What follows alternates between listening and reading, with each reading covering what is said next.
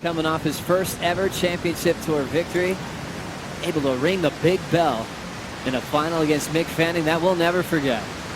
Taking on Miguel Pupo. Pupo, clean slice off the roof. Stylish bottom turn, attacks it again. Looking for a third move, backhand flow to finish. On the flip side, just that smooth, silky smooth surfing from Miguel. Deep bottom turn into that top turn combo. Wow, what a wave here from Miguel. And finishing strong, and that one felt good. 3 solid maneuvers.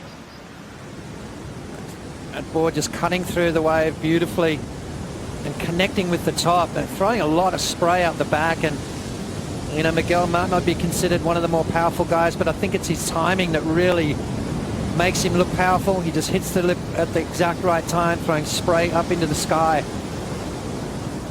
and then finishing strong. So this is going to be a great score. Could even go up into the excellent range. Italo ready to answer. Aggressive little fade. Another setup turn for the pocket. He's got this wall stretching out. Oncoming section. Attacks it. And a nice line to avoid the rocks on the inside. 2 good waves right there.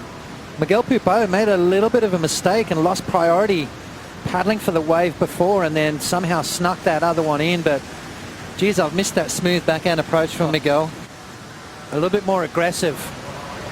Sort of more of that neutral stance where he just can go backwards as good as he can frontways. And what's his turn here, Joe? As he just connects with the back. Like, that's just insane right there, throwing the tail out. Wild card that's been dangerous this season. Taking out Ace Bucket in the last heat. Moving on to round 3. Back to action with Pupo.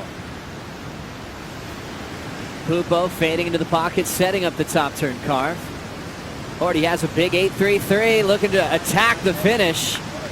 2 sections collide and Pupo hangs on. More pressure on world number 1. Yeah, smart surfing there from Miguel just to get another wave under his belt, back up that 8.33. Italo needing a 4.41 at this stage, but this is going to increase that. Didn't quite get up into the lip like he would have liked on that first turn. Second turn a little bit more aggressive, and then the third turn is where all the money's going to come from. Just that commitment, you know, it takes a lot of commitment to do that. Rosie Hodge is in the water watching this one unfold, and she's also seeing Pupo decide to take a left.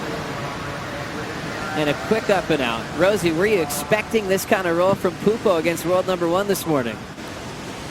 Italo Ferreira with priority. Quietly checking out this wave. And now commits. Chooses his backhand weapon. Needs a 9-2-3 for the lead. Quick whip off the lip. Backhand slash on the open face and another quick jam down the line. Here comes the finish. Drills it.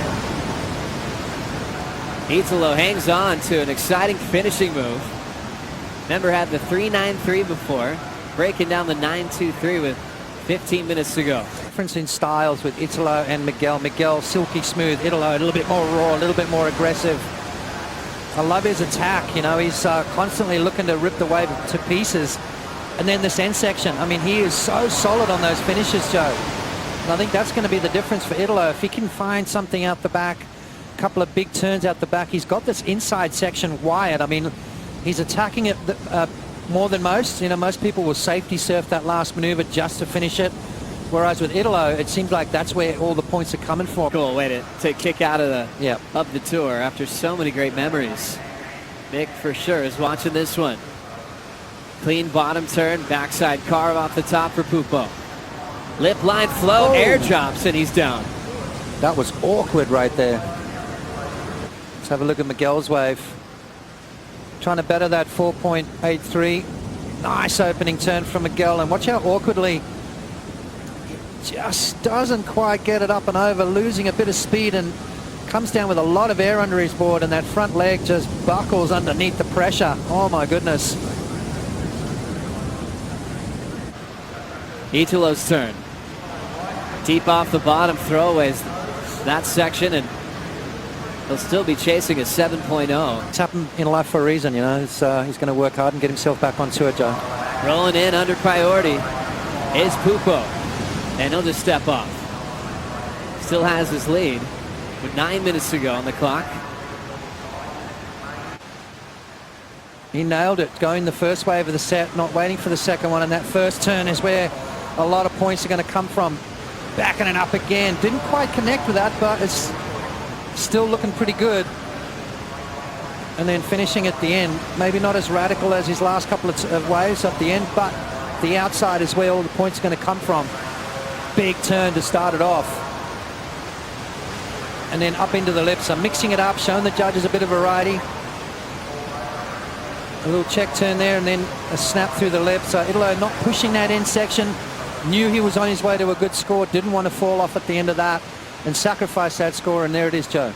Pupo should be proud of that start. 8-3-3, 4-8-3, but world number one had a big answer and survives a crazy morning where we've been celebrating the wild card wins. That comes to a close with Italo Ferreira hanging on to world number one and moving into round 3 at the Margaret River Pro. And by the way, that's switch stance on the victory lap.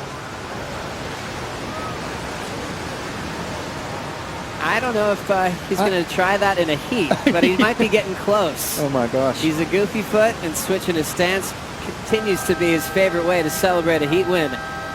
Italo Ferreira moves on.